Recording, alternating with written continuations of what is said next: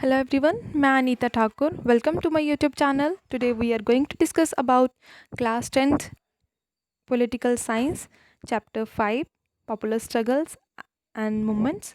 ठीक है. And the topic is democracy and popular struggles. Then let's start the topic.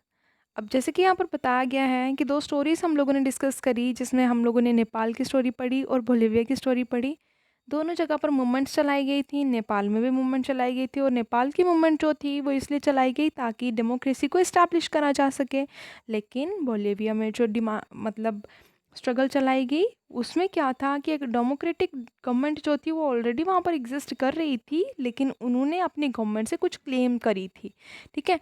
दोनों ये जो पॉपुलर स्ट्रगल थी बोलिविया की, वो एक स्पेसिफिक पॉलिसी के लिए थी कि हाँ, वहाँ पर वाटर सप्लाई जो है वो म्यूनसिपल कॉरपोरेशन के हाथ में ना होके किसके हाथ होनी चाहिए, म्यूनसिपैलिटीज़ के हाथ में होनी चाहिए.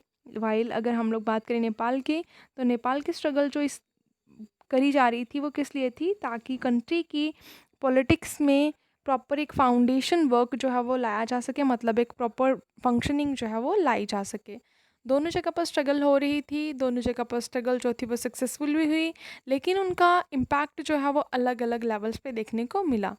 अब डिफरेंसेस होने के बावजूद दोनों स्टोरीज़ जो हैं वो सेम चीज़ों को शेयर करती हैं, सेम एलिमेंट्स को शेयर करती हैं, जो कि हमारी स्टडी को, मतलब डेमोक्रेसी की स्टडी के लिए बहुत ज़रूरी है. पास्ट में क्या हुआ था, कैसे हुआ था, और फ्यूचर में डेमोक्रेसी को किस तरह से इस्टेब्लिश करा जा सकता है. और बोथ जो इंस्टांसेस हैं, मतलब बोलिविया और नेपाल के, तो उनमें ये देखा गया कि पॉलिटिकल कन्फ्लिक्ट हुआ और उसकी वजह से पॉपुलर स्ट्रगल्स चलाई गई ताकि अपने डिमांड्स को फुलफ़िल करा जा सके. दोनों केसेस में स्ट्रगल्स चलाई गई, मास मोबिलाइजेशन हुई, मतलब लोगों को एकजुट करा गया और लोगों ने क्या किया, प्रोटेस्ट किए, एजिटेशन करी, पब्लिक डिमॉन्स्ट्रेशंस हुई, मास सपोर्ट गेन हुआ. जिसकी वजह से वो क्यों हो रहा था, क्योंकि डिस्प्यूट चल रहे थे. उन डिस्प्यूट्स को सॉर्ट आउट करने के लिए मास मोमेंटम जो था वो चलाया गया. फाइनली दोनों इंस्टेंसेस जो थे वो क्रिटिकल रोल देखने को मिला पॉलिटिकल ऑर्गेनाइजेशंस का, क्योंकि पॉलिटिकल ऑर्गेनाइजेशंस प्रॉपर्ली वर्क नहीं कर रही थी. जैसे कि आप लोग ऑलरेडी चैप्टर फर्स्ट जो था क्लास 9th टेक्स्ट बुक का, उसमें आप लोगों ने अलग अलग तरह की डेमोक्रेसीज़ के बारे में पढ़ा था, जैसे पोलैंड की, चिली की, इन सभी के बारे में पढ़ा था कि किस तरह से डेमोक्रेसी जो थी वो इवॉल्व हुई.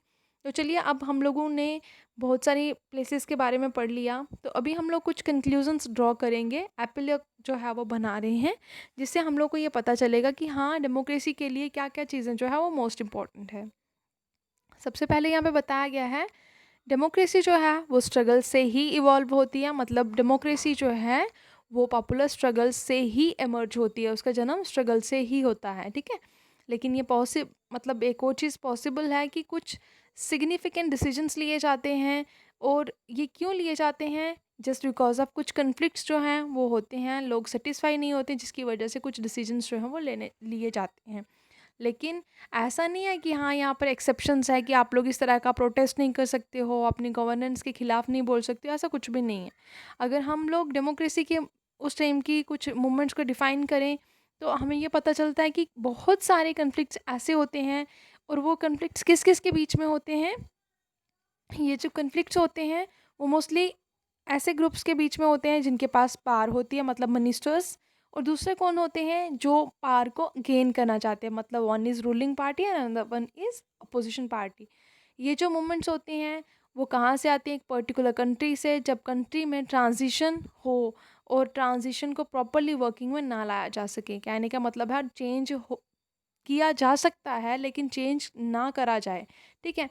डेमोक्रेसी को एक्सपैंड करने की कोशिश करी जाए तब भी स्ट्रगल हो चलाई जा सकती है, डेमोक्रेसी को डीपन करने की कोशिश करी जाए तब भी स्ट्रगल्स जो हैं वो चलाई जाती हैं. नेक्स्ट पॉइंट में बताया गया है, डेमोक्रेटिक कन्फ्लिक्ट्स जो हैं वो कैसे रिजॉल्व हो सकते हैं, मास मोबिलाइजेशन. अगर लोग ज़्यादा से ज़्यादा मात्रा में क्या करेंगे, प्रोटेस्ट करेंगे, अपने इश्यूज़ को डिस्कस करेंगे गवर्नेंस के साथ, तो आई थिंक आप लोगों का जो भी कन्फ्लिक्ट होगा वो टाइम रहते ही उसको सॉर्ट आउट कर दिया जाएगा. और उसके बाद एक और चीज़ यहाँ पे बताई गई है, ये पॉसिबल है कि कन्फ्लिक्ट्स को रिजॉल्व करा जा सकता है जो वहाँ के एग्जिस्टिंग इंस्टीट्यूशंस होंगे उनके द्वारा. और वो एग्जिस्टिंग इंस्टीट्यूशंस कौन से हो सकते हैं, पार्लियामेंट हो सकता है, जुडिशरी हो सकता है.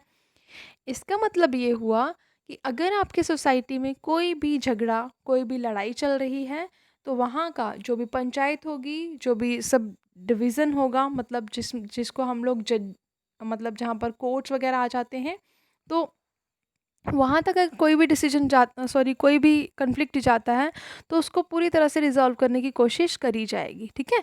लेकिन अगर डिस्प्यूट बहुत बड़ा होगा, क्लैशेस ज़्यादा होंगे, तो इंस्टीट्यूशंस जो हैं वो खुद भी इस डिस्प्यूट में इन्वॉल्व हो सकते हैं, वो ऐसा डिसीजन नहीं ले पाएंगे, ठीक है। और थर्ड में ये बताया गया है कि ये कन्फ्लिक्ट्स जो हैं और ये जो मोबिलाइजेशंस होती हैं वो क्यों, मतलब ये सब होता है जस्ट बिकॉज ऑफ कि कई बार क्या होता है कि कुछ पॉलिटिकल ऑर्गेनाइजेशंस जो है ना वो न्यूली फॉर्म होती हैं, और उनकी पॉलिसीज़, वो अपनी पॉलिसीज़ को और ज़्यादा इफ़ेक्टिव बनाने के लिए, लोगों की मास सपोर्ट गेन करने के लिए जो एग्जिस्टिंग गवर्नमेंट होती है उनकी ड्रॉबैक्स बताना स्टार्ट कर देते हैं, उनके डिमेरिट्स बताना स्टार्ट कर देते हैं, जिसकी वजह से लोगों का ट्रस्ट जो है वो, मतलब थोड़ा सा फ्लक्चुएट होना स्टार्ट हो जाता है। तो कहीं ना कहीं हम लोग बात करें, ये जो एक हिस्टोरिक मोमेंट्स हैं, उसमें सबसे ज़्यादा बात आती है कि ये चीज़ सही है कि हाँ, एक डेमोक्रेसी को इस्टेब्लिश करने के लिए, कन्फ्लिक्ट्स को रिजॉल्व करने के लिए एक स्वाभाविकता का होना बहुत ज़रूरी है ना। लेकिन ये जो सहजता होती है वो जस्ट बिकॉज किसकी वजह से है, पब्लिक पार्टिसिपेशन।